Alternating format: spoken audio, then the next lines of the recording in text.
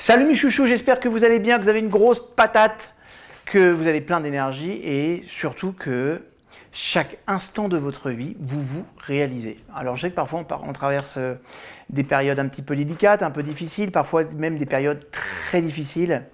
Mais sachez que cette chaîne YouTube, en fait, elle est là pour vous. Elle est là, il y a, je sais, près de 200 vidéos maintenant. Il y a obligatoirement celle qui répond à votre problématique de vie. Ok ? Parce qu'on a commencé à brosser très large. Aujourd'hui, on va voir plusieurs distinctions. Okay, il y a une première distinction que l'on va voir et qui va avoir un impact sur l'ensemble de votre vie, à savoir, est-ce que, en fait, le rapport que vous avez avec la vie est un rapport que vous avez avec une certaine forme de gravité, ou alors vous appréhendez la vie avec légèreté, voire limite avec un peu d'humour. Moi, personnellement, je pense qu'un être sans humour, c'est juste quelqu'un qui va s'apprêter à vivre un enfer sur Terre. D'accord ? Et d'ailleurs, il y avait une expression qui disait qu'une personne sans humour, c'est comme une charrette sans ressort. Il se fait secouer à chaque caillou sur le chemin. Okay. Et je trouve que je ne sais pas de qui elle est cette citation, mais elle est vraiment intéressante. En tout cas, les psychologues parlent de reconstruction cognitive pour évoquer la faculté justement d'envisager une situation à travers des angles différents. Ça veut dire que dans les moments difficiles, cette faculté, elle peut être hyper intéressante parce qu'en fait, elle est hyper intéressante, y compris quand elle permet de déceler des aspects qui sont limite rigolos d'une situation.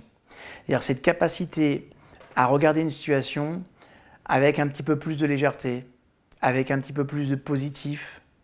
C'est de voir dans une situation pénible, finalement, qu'est-ce qu'on pourrait, de quoi on pourrait rire. L'un de mes amis très proches, Yakov Sitruk, le Rav Yakov Sitruk, en fait, lui, la dernière fois, on partageait une scène ensemble et il a fait un apport, on faisait un apport sur le bonheur et lui disait qu'en fait, l'une des vraies bonnes expressions du bonheur, c'est la joie.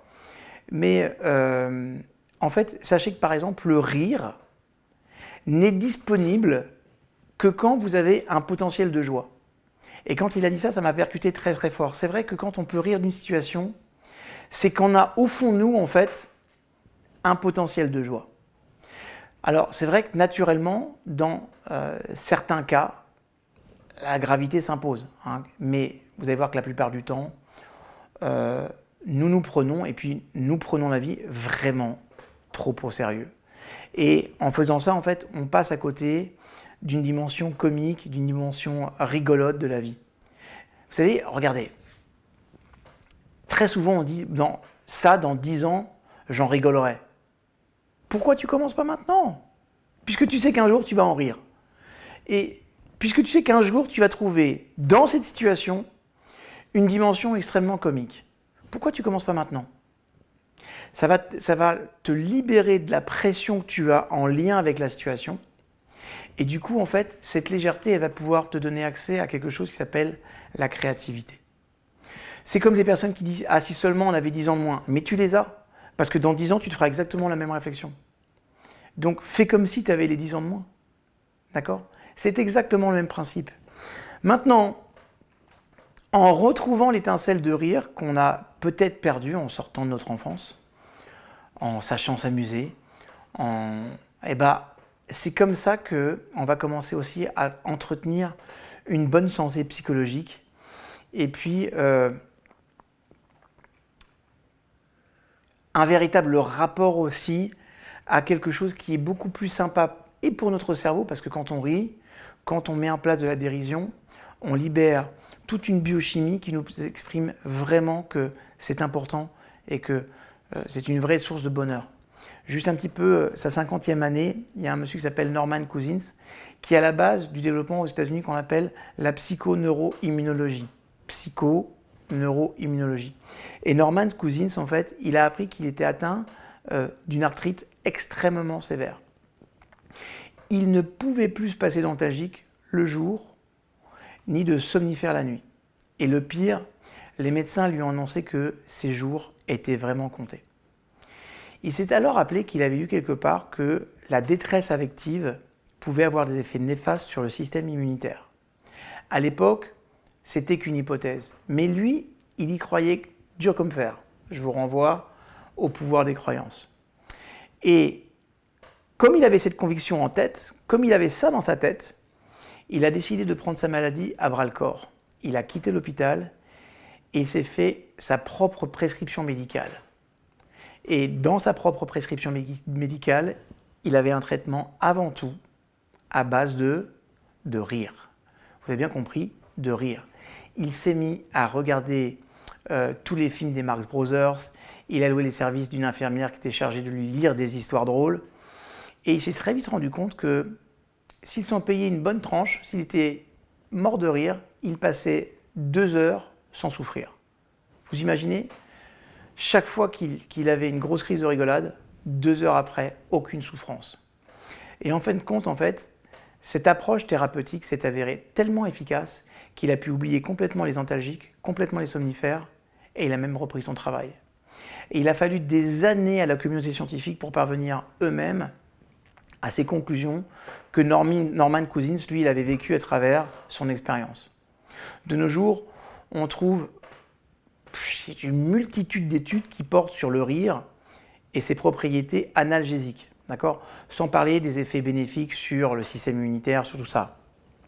Et grâce aux interventions par exemple, des clowns hospitaliers, vous savez, ces gens qui prennent sur leur temps, qui mettent un nez de clown et qui vont faire rire les enfants, parfois même les adultes. Et bien, grâce à leur initiative et le retour qu'on a vu dans les services hospitaliers de par le monde, on s'est rendu compte que l'humour fait dorénavant partie intégrante du processus de guérison. Mais on n'a pas besoin d'être malade pour renforcer sa présence dans sa vie, être plus heureux, en meilleure santé. Puis ça améliore ses relations aussi affectives quand on met de l'humour partout. Donc, introduisez, mes chouchous, un peu plus de légèreté dans votre existence.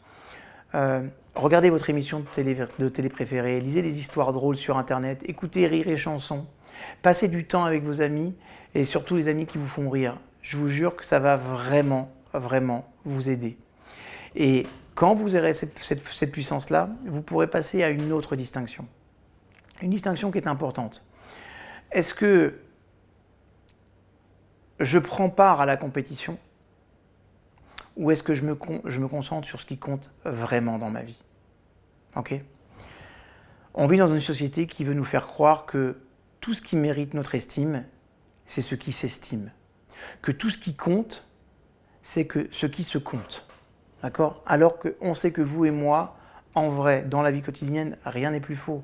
On a tendance à mesurer la valeur de notre existence en fonction de critères prétendument objectifs, par exemple notre place en classe, le montant de notre salaire, le nombre de trophées que nous avons accumulés, ou les voitures qu'on a dans le garage, ou la somme de choses que nous réussissons à faire. Maintenant, il y a plein de travaux de recherche en neurosciences qui ont montré, et qui ont bien montré, que à l'aune de ces critères, la réussite ne débouchait pas sur un bonheur durable. Tout au plus, ça apporte temporairement un bien-être. Plus ne veut pas dire mieux, mes chouchous, c'est très important.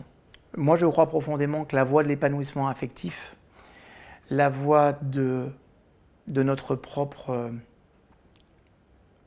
cheminement spirituel, passe par l'identification des choses qui nous tiennent vraiment à cœur. Après quoi, on peut se focaliser sur elles, quelles qu'elles soient, sans tenir compte de ce que la société nous recommande de faire ou d'être. Par exemple, sur le plan professionnel, s'investir dans un projet qui nous apporte une satisfaction affective ou faire en sorte de passer du temps avec les gens que nous aimons et qui nous aiment, ça c'est très important. Bon, il y avait un film qui m'avait touché dans les années 2000. C'était un film américain qui s'appelle Click, avec Michael Newman. Je ne sais pas si vous vous rappelez de ça. Alors, en fait, c'est l'histoire d'un homme qui vit à 100 à l'heure avec pour objectif d'obtenir une promotion. celle qui, selon lui, va le faire qui sera l'homme le plus heureux de la planète. Et puis un jour, il va trouver une télécommande qui lui permet de faire défiler sa vie en accéléré. Et là, il s'en sert pour éviter tous les obstacles qui vont se dresser sur la voie, qui vont être en tout cas un frein à sa promotion. Les périodes de travail acharné, les soucis, mais aussi les petits plaisirs quotidiens, y compris par exemple faire l'amour avec sa femme. Parce que tout ça ralentit sa progression vers son but ultime.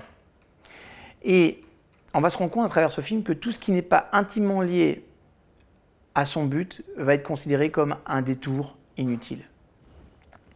Et en fait, le héros du film paraît bien éveillé aux yeux de ceux qui l'entourent, mais en réalité, cette télécommande magique a pour effet de complètement l'anesthésier.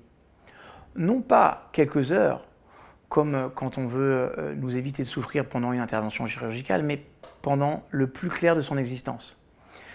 De telle façon qu'il n'est pas conscient de ses problèmes qui, à ses yeux, l'empêchent d'être heureux. Et au fond, en fait, ce héros passe sa vie à dormir. Il est absent pour tout ce qui ne concerne pas directement ses aspirations professionnelles. Donc vous imaginez les conséquences. Et quand il se rend compte qu'il a commis une très grosse erreur en sautant ces instants précieux qui font que la vie vaut vraiment d'être vécue, il est devenu un vieil homme. Évidemment, on est dans un film hollywoodien, donc le héros va se voir offrir une seconde chance, et cette fois, il ne va pas se tromper, il va choisir de profiter de la vie au lieu de la vivre en accéléré. Ça veut dire qu'il va devenir quelqu'un de bien, ça veut dire qu'il va devenir quelqu'un plus heureux. Mais dans la vie réelle, les gens qui se consacrent exclusivement à leurs objectifs à long terme et ratent tout ce qui compte dans l'ici et maintenant, en fait, ne bénéficient pas d'un tel luxe. Vous imaginez ce que je veux dire? Vous comprenez? Alors, posez-vous cette question. Qu'est-ce qui compte le plus pour vous? Okay? Et si vous réserviez plus de temps aux activités qui ont de la valeur à vos yeux? Par exemple, si vous vous investissiez dans ce qui compte le plus, mais dans ce qui compte vraiment. À vous de savoir ce qui compte vraiment. Mais par exemple, quand on vit une situation, et pour faire un lien avec le début de cette vidéo, parfois on va porter notre attention sur la gêne occasionnée par le problème, par la difficulté que ça nous pose, par les conséquences que ça entraîne. Mais je peux très bien choisir de focaliser sur la légèreté, sur ce que je suis en train d'apprendre, sur ce que je développe, sur ce que je découvre de moi. Et mettez, quoi qu'il arrive, plus de légèreté, mais surtout, portez votre attention sur ce qui compte vraiment pour vous dans votre vie. Et ne laissez personne, j'ai bien dit personne, vous dicter à l'extérieur ce qui doit compter à l'intérieur. Parce que si c'était le cas, je n'aurais jamais fait ce métier. Si j'avais jamais fait ce métier, je ne vous aurais jamais rencontré, je ne vous aurais jamais transmis ce que je suis. Donc c'est important à un moment d'être trop clair. Moi, par exemple, quand je voulais prendre la voie du développement personnel et de la psychologie dans ma famille, on me prenait un peu pour un espèce de fou. C'est-à-dire, d'abord, on se posait la question dans quelle secte j'étais à l'époque, vous imaginez très bien. Et surtout, en fait, ça ne collait pas aux standards de la société telle que mon environnement familial l'avait entrevu. Maintenant, je sais que ce choix-là a été l'un des choix les plus judicieux, les plus intelligents que j'ai fait de toute ma vie. Donc, en permanence, écoutez qu'est-ce qui est vraiment important pour vous, qu'est-ce qui compte pour vous. Et investissez-vous dans ce domaine. Ça marche, mes chouchous? Je vous aime, je vous retrouve sur une prochaine vidéo, j'espère que vous allez bien. En tout cas, puisque vous êtes allé jusqu'au bout de cette vidéo, comme dirait mon ami Yannick Alain, eh bien, je vous bénis sur au moins 12 générations, chacun d'entre vous. Je vous protège de tout, de la maladie, du mauvais œil, des personnes qui sont nocives, des mauvaises rencontres. Donc, continuez à regarder ces vidéos, continuez à vivre avec cette chaîne, parce que ça fait vraiment que du bien. En tout cas, mon intention est une intention d'amour, donc vous ne pouvez pas recevoir autre chose que ça. Je vous aime, je vous retrouve à très bientôt. Partagez, likez, on continue l'aventure.